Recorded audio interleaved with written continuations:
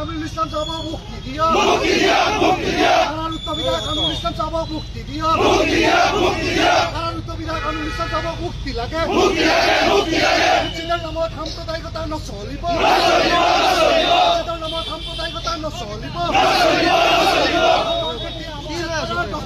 আমার দলের উপসভাপতি সমন্বিতে সাধারণ সম্পাদকগণ তথা দলের বিধায়কসকল সম্মানীয় নগাঁও জিলা সমিতির সভাপতি সমন্বিত অন্যান্য বিষয়ববীয়াসকল আমার কেন্দ্রীয় যুব মোর্চার সতীৰ্থসকল জিলা যুব মোৰ্চাৰ সতীৰ্থসকল আৰ বিভিন্ন অঞ্চলৰ পৰা আগত AIUDF দলৰ মোৰ অতি শ্ৰদ্ধাৰ সৈনিকসকল, আজি আমি নগাঁও ক্লক টাৱাৰত যি এক কাৰ্যসূচী লৈ ইয়াতে সমবেত হৈছোঁ, সেই কাৰ্যসূচী আপোনালোকে সফলভাৱে ৰূপায়ণ কৰাৰ কাৰণে আপোনালোক সদৌতিলৈ দলৰ তৰফৰ পৰা বৈপ্লৱিক অভিনন্দন জ্ঞাপন কৰিছোঁ। শ্ৰদ্ধা সুধীবৃন্দ, আপোনালোকৰ প্ৰিয় বিধায়ক, আমাৰ দলৰ প্ৰিয় নেতা, দলৰ উপদলপতি তথা উপসভাপতি আলহাজ হাজী আমিনুল ইছলাম সাহেব এজন মুক্ত কণ্ঠ, অসমৰ প্ৰতিজন জনগণে যাক জানে, যাৰ কথাৰ বাবে, যাৰ প্ৰতিবাদৰ কণ্ঠৰ বাবে সকলোৱে ৰৈ থাকে। আজি তেখেতে বহুদিন ধৰি জেলত আবদ্ধ হৈ আছে।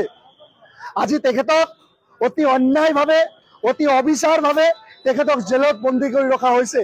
তেখেতে যি কথা কৈছিল সেই কথা এটা বিৰোধী দলত ক'বই পাৰে, আৰু পৰৱৰ্তী সময়ত সেই কথা সাপেক্ষে তেওঁক যি এৰেষ্ট কৰা হৈছিল সেই গোচৰত তেখেতে জামিন পাইছিল, আৰু জামিন পোৱাৰ পিছত হিমন্ত বিশ্ব শৰ্মাৰ নেতৃত্বাধীন ফেচিষ্ট চৰকাৰখনে হাজী আমিনুল ইছলাম সাহেবক যাতে আটক কৰি ৰাখিব পাৰে, তেখেতক যাতে বন্দী কৰি ৰাখিব পাৰে, তাৰ কাৰণে তেখেতৰ বিৰুদ্ধে এটা কলা আইন নেশ্যনেল ছিকিউৰিটি এক্টৰ অধীনত তেখেতক এবছৰৰ কাৰণে ডিটেইন কৰি ৰখা হ'ল।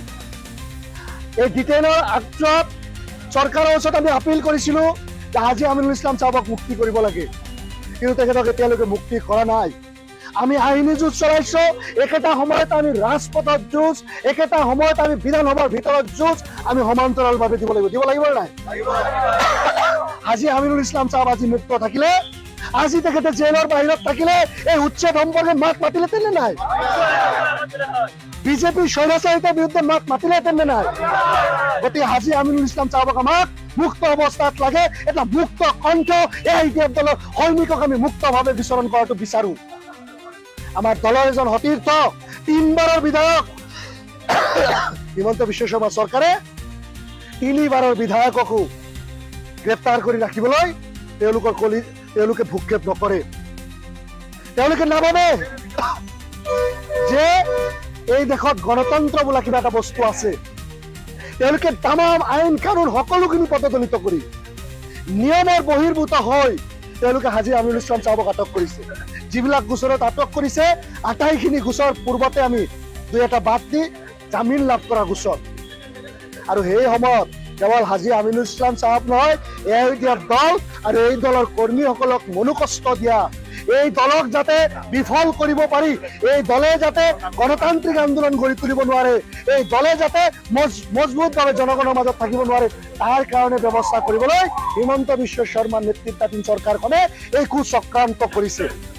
গতিকে আমি অনাগত সময়ত আৰু বলিষ্ঠতা সহকাৰে অহা সময়ত আৰু আন্দোলন কৰিম। উচ্ছেদৰ নোটিছ বিভিন্ন ঠাইত দিছে, বিভিন্ন ঠাইত উচ্ছেদ হৈ আছে, বিদেশীৰ নামত মানুহক পুজবেক কৰি আছে।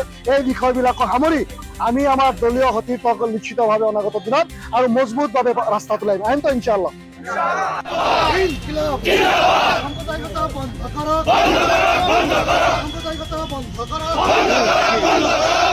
বিধায়ক আমিনুল ইছলাম সাহেবক মুক্তি দিয়া কারারুদ্ধ বিধায়ক আমিনুল ইসলাম সাহেবক মুক্তি দিয়া কারারুদ্ধ বিধায়ক আমিনুল ইসলাম সাহেবক মুক্তি লাগে মিছিলের নামত সাম্প্রদায়িকতা নচলিব নামত সাম্প্রদায়িকতা নচলিব।